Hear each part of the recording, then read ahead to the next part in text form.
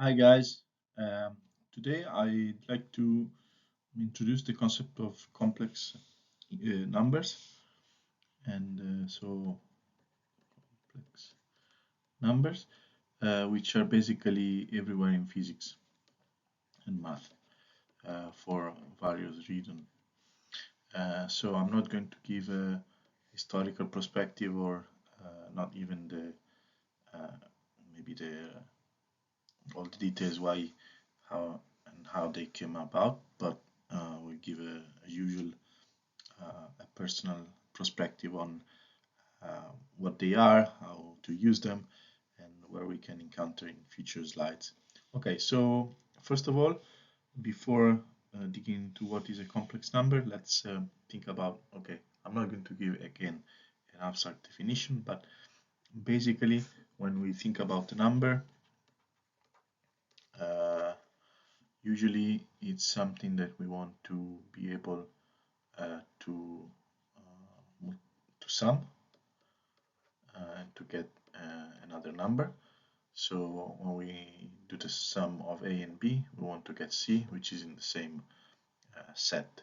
Let's say, for example, if you think about integer numbers, we want to do 1 plus 2, and 1 plus 2 is again 3, which is still in the set of an integer number. Integer numbers are usually, okay, you can count 0 in if you like, and then 2, 3, and we all know that up to infinity. Okay, so, but also you want to be able to do 3 minus 2. So not only the sum, but the difference of two numbers, still it's a number. Of course, you want to multiply numbers. 3 times 2 equal to 6, and it's still in the same set of numbers. And then we come to the point where we want to divide numbers. Okay, so 6, for example, divided by 3 is equal to 2, and it's still in the set of numbers. Of course, these operations are allowed, but if you think carefully, there are ways to escape this set that we highlight here, which is the set of integer numbers. Okay, positive and 0 included. It's very easy to escape this set because if we just replace the order and we do 2 minus 3, we get, actually we know what we get, right? Minus 1. But minus 1 is somewhere here, so it's outside this number. Okay, now the same way multiplication, it's okay. It doesn't matter because you can swap the two numbers and you still get 6. And division, oops, this is a division symbol. Also division, it's can make you escape the integer number. Okay, of course, because this is 1 over 2, which is 0.5, which is not, is somewhere in between here, right? 0, 0.5, and it's not an integer. Okay, of course, there are many other, let's say, operation that you can take on numbers that allows you to escape the set. For example, think about square root. If you take the square root of 4, you usually get two numbers, which are either plus 2 or minus 2, and this is inside the number. This inside the plus 2 is okay, but the minus 2, of course, is outside the real positive number. Logarithm, exponential. No, maybe exponential. Logarithm, definitely. Exponential should be fine because it's a multiplication. Yes, of course. So exponential of a number. So for example, no, it depends on the basis. Of course, e to the 2 is e times c, which is not an integer number. So of course, I mean, depending on the base, if the base is an integer number, to the x, or n to the x, then it will be integer. If not, it could be also irrational. For example, if you take the square root of 2 or e to the 1, as we know, these are irrational numbers. Okay, so enough about the positive. So we understand that we need more.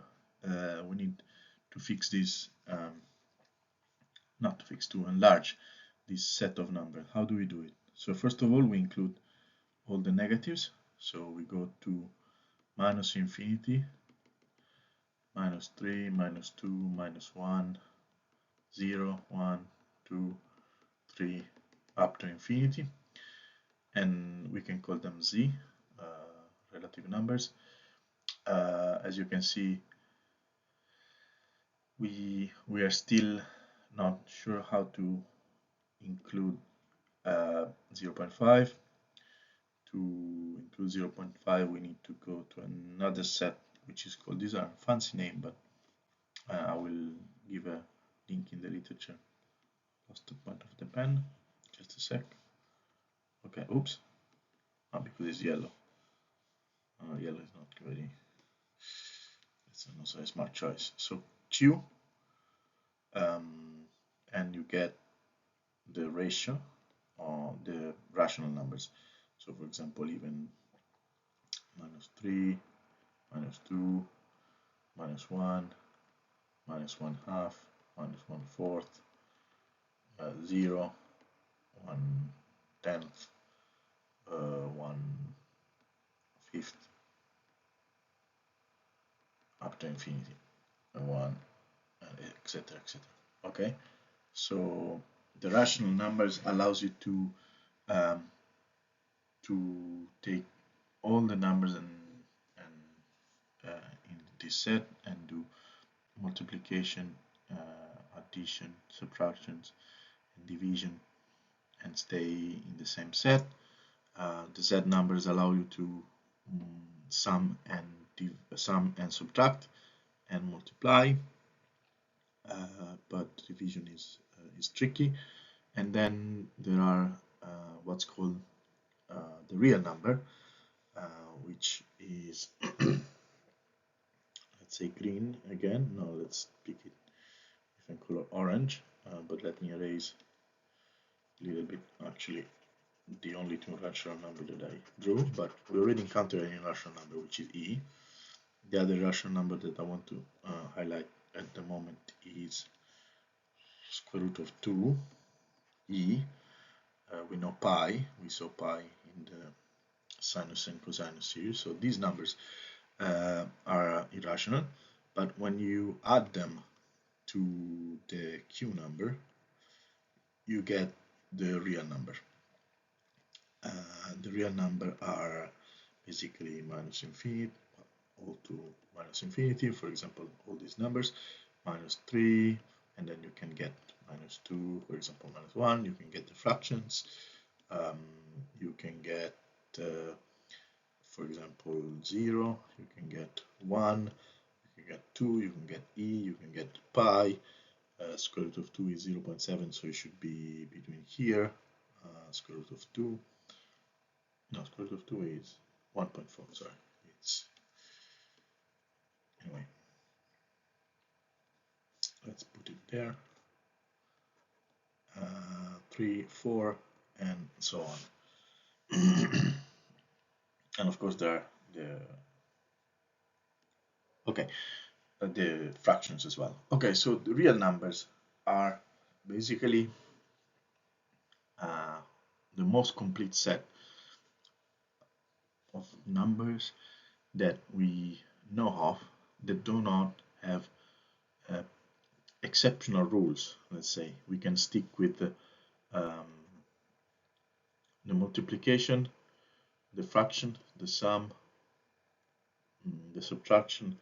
You can take logarithm, you can take square root, you can take exponentiation to any power, and you can take sinus, cosinus, all the trigonometric functions are there, you name it. So as far as I know,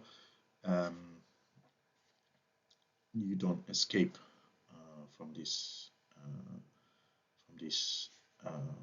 let's say this set easily. Okay, of course we need, okay, now the thing I want to talk about today is complex number. So it looks like we are covering pretty much every single aspect that deals with numbers, and it looks like there is no much room for improvement. Of course, this is not true because quite early, I don't remember if it was 1300 or 700. I mean, I will put a link in the video at the end to let you know when mathematicians started to think about new numbers, which were not real, but still useful. So I will keep the real number here. Okay, so think about, so let's say I want to give you two ways of looking at why complex number can be useful. But first I will go for the let's say historical approach. Okay, historical approach is when you have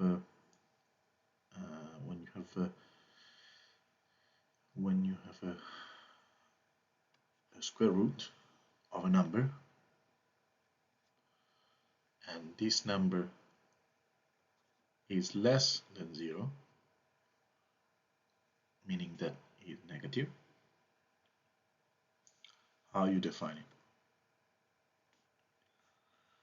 So we know that the square root is something that, so if the square root of 2 is a is b plus or minus, because the plus or minus is there because this implies or is equivalent to the condition that plus b times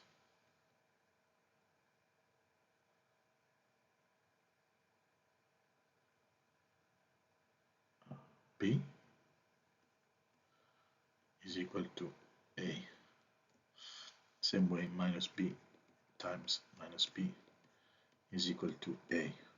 In other words, we can say that b squared is equal to a. Okay, so you see that the square absorbs the minus signs, and this is why we need to make sure that we understand which of the two branches of the square root we take. And what I mean by that, this is very intuitive. So let's start from the just to understand why this minus sign is important, and then I will go back to what happens when it's negative. So first of all, we already encountered a equal to b squared, because when we were doing integration we saw the integral of x squared and even the derivative, and we know how to plot it. Is a parabola, which and it looks like this. This is 0, this is a, and this is b. So for example, if this is 1, we know that this is 1. If this is 2, we know that this is 4. But also, if this is minus 1, still this is 1.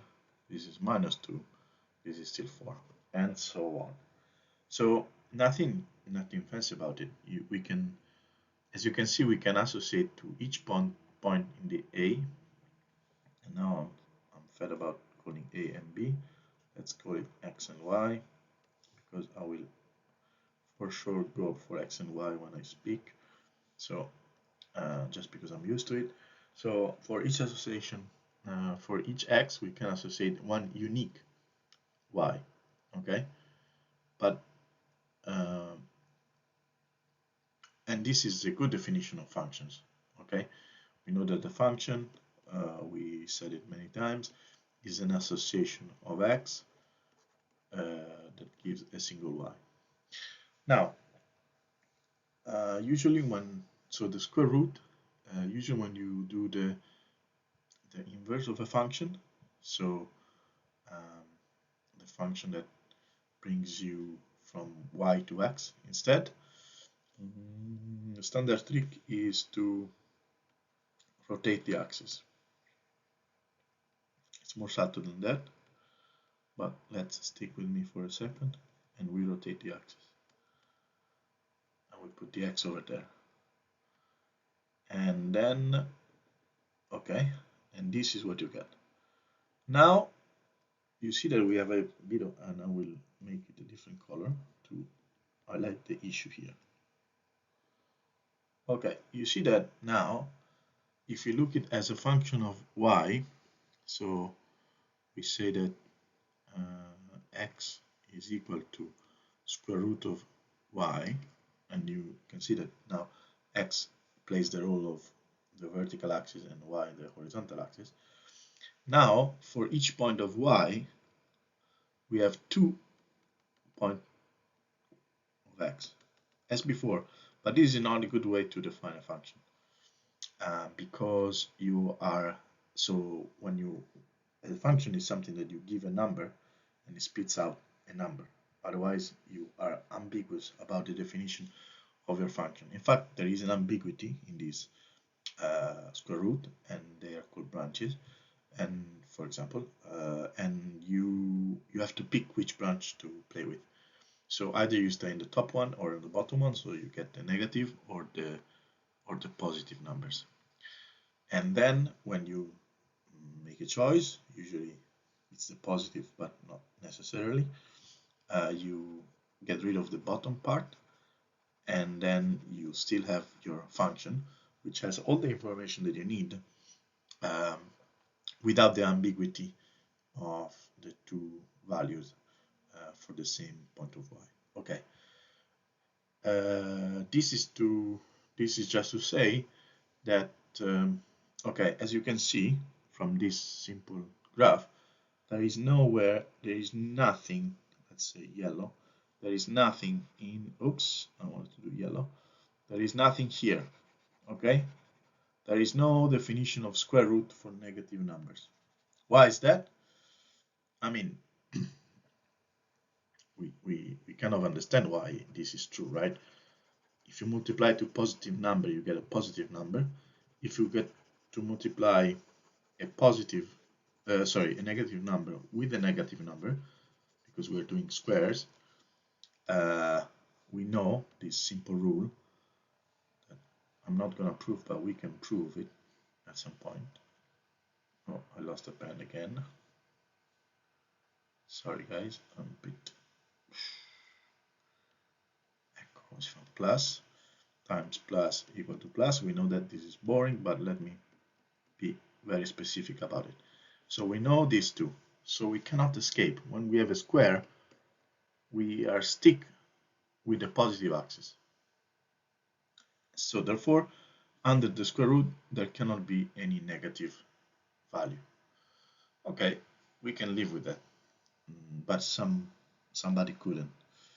And luckily, because the power of complex number is amazing, there has many applications, and also it has some physical application, which I will go in more detail when I will talk about quantum mechanics, and it gets a bit philosophical maybe, but it's still fun and interesting, I guess. It is to me. So and so you will get some of this as well. So okay, so why? Okay, but then why this could be annoying for mathematicians. One thing that you cannot do, for example, is when you have this equation.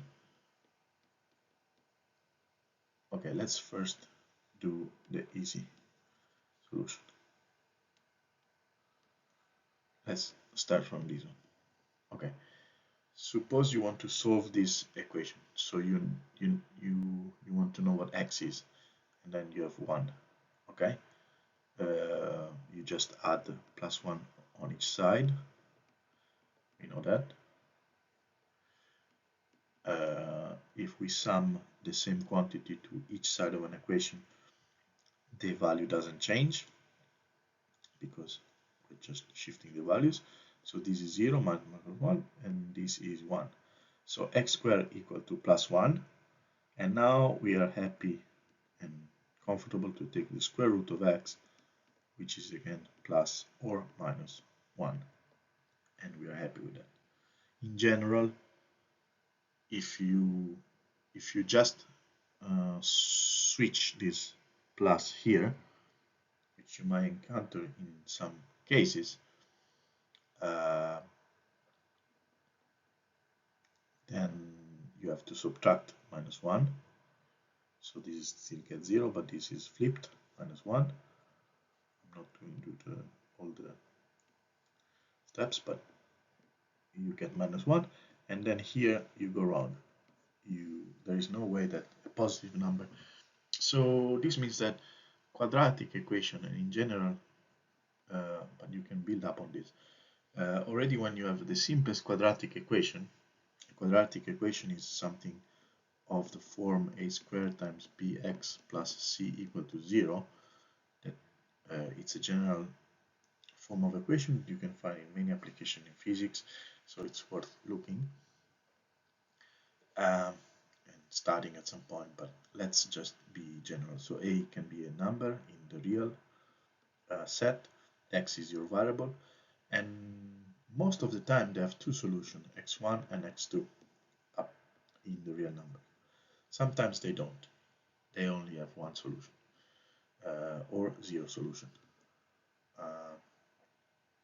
And this is because when you do a square root, you can when you do a quadratic equation, at some point you have to take the square root, or may have to take a square root, and this leads to encounter some square root of negative some square root that gives you a negative number. This means that you cannot solve in the it's called field, but let's not go technical. You cannot solve quadratic equation with real numbers only. Okay, this is, for example, this is the historical reason why someone introduces the complex number, as I will show you. I think this is the at least the one that I studied, that I know, and I will post references for that. Okay, so we are saying that we need something more. If we want to solve, for example, this simple equation, x squared plus 1 equal to 0, we need to give you something more. But I will also want to give you another perspective, which is natural in higher dimensions, but it's missing in dimension 1, and I will be more specific about it. But I think it still has some interesting interpretation to it. So we know that square root of a negative number is not defined, and I will summarize it up here as problem number 1. We want to solve x plus 1 minus 0, which is the same as I said before. Okay, this is one thing that we know. But now, suppose you have two objects in general. And this is the reason why. So, suppose you have two objects, two operations. Let's call them A. And we talked about vectors, right? So we know that vectors can be summed to get another vector. A vector can be multiplied by number to get another vector, which is still a vector. We said that we can multiply two vectors with a scalar product, as you remember, to get a number. And then okay, I think you can divide vectors, possibly. I'm not sure about it. No, I thought about it. Anyway, let's say that you can multiply by number, sum, do the sum and the difference. Okay, so they are not like numbers, they are vectors, but they share some properties. And one of the things that you could do if you have operation on vectors is that is simple, and we saw one of it. I will give you the detail, but if you remember, if you apply twice an operation and to a vector, let's call it v, we want to get that vector flipped with a minus. And this is if you think about matrices, and just remember that the matrix, at least in two-dimensional, we give it two-dimension. Example is A, B, C, and D. This is a matrix A, for example. The vector is V1 and V2. So when you apply the matrix, you get a V1 plus B V2 plus C V1 plus D V2. So you get another vector which is kind of mixed with the numbers in the matrix, row by column. So you do row by column, and then you do row.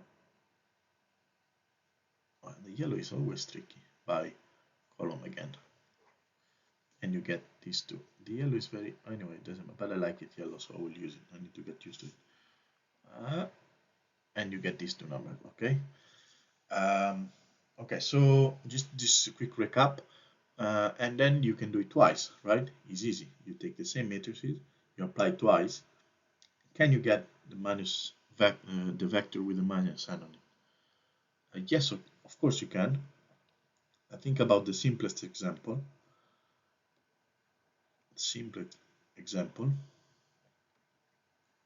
Where you have your vector red lining here. This is 1 and this is 0. You remember we talked about rotations. So if we apply the rotation of 90 degree, pi over 2, 90 degree, flip it up to here, this is a vector, there is nothing wrong about this. This is called 1, 0, and this is called 0, 1. Okay, you remember this is x and this is y, and the vector are such that when you think about them in terms of x and y, these are the coordinate x and coordinate y. So 1, 0 is are the coordinates, and 0, 1 are the coordinates of y. And what is this matrix? This matrix is easy enough. You can check in my previous videos. But the rotation of 90 degree, which is pi, half, I can call it pi, it doesn't matter, 90 degree, it's actually this very simple matrix here. We saw it. We saw it in the last in one of the previous videos. This minus sign is important, and as you can see, if you then apply it twice, so let's do step by step. Let's pick the green color and do here a simple calculation. I hope I not got the sign wrong, otherwise I will fix it. But so we start with our vector 1, 0, which is horizontal, and we get, oh, in fact this is reverse. In fact, and we get the first row by column gives 0, because 0 times 1 is 0, minus 1 times 0 is 0. And then we do the second row times the column, 1 times 1 is 1, plus 0 times 0 is 0. And as you can see, this matrix rotates, flip the vector correctly by 90 degrees anti-clockwise. And we're there. Nice. How about applying twice? So now we get the same matrix, A, okay, but now we applied it to this vector here, which is the result of A times V to begin with. So what happens to this vector here? If you do the multiplication, you get 0 times minus 1, and then you get 0 here. So if you apply twice this matrix, you very naturally end up in the minus 1 domain, okay, with another rotation of pi over 2. So already in 2 dimension, in a sense, it's not too crazy to think about something that squares brings you to something with a negative flavor of it. Okay, it's not exactly as the equivalent would be taking the square root of a square and getting the matrix minus I, for example, and taking the square I, the matrix identity, which but what I'm trying to say is that it's natural to think about something that squares and brings you back to a negative number if you think about rotations. And as we will see in a second, complex numbers are in this kind of spirit, although it's quite different, and I will try to explain why this is the case. And this is, by the way, this is true in I think in every dimension. So you can always get you can get always the minus 1, of course, in this way. But let's stick with 2 dimension because there is the link with complex number that I want to make. So it looks like we need to make this true with numbers.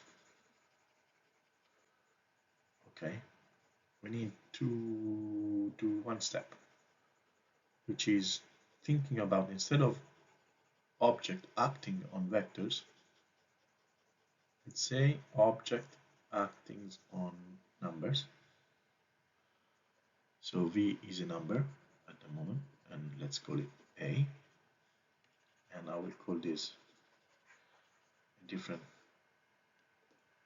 way. So I will use a symbol, let's say Z, complex number, times Z, applied twice, let's say to the number 1, and I want to get minus 1 times, minus the number 1, okay, which is kind of a square V equals minus V, right? It's in this similar fashion. Sorry. So Z squared times 1 is equal to minus 1. This object, okay, times 1, we can absorb it, we can forget about it. So because in every system of number, we know that A times 1 is A. This is implicit, so not to write all the ones. Otherwise, in front of any number, you have to write the 1. It's madness. So let's forget about this 1. So in general, it can be any number, but let's start with 1. So Z squared is equal to 1. Okay, so we have to make it up. I don't have to. I just need to give you another wacky symbol. The one that I'm not sure if it's the first one, but it's the one that nowadays. Okay, there are 2 ones. From engineering and mathematician and physicist, there is a bit of discrepancy here. There is a reason why, historical and I think practical as well. But since I'm not clear on that, I will give you only the one that I know and just a flavor of the idea of the other one. So this symbol Z, it's called I, and I will tell you why, because it's imaginary. So imaginary number,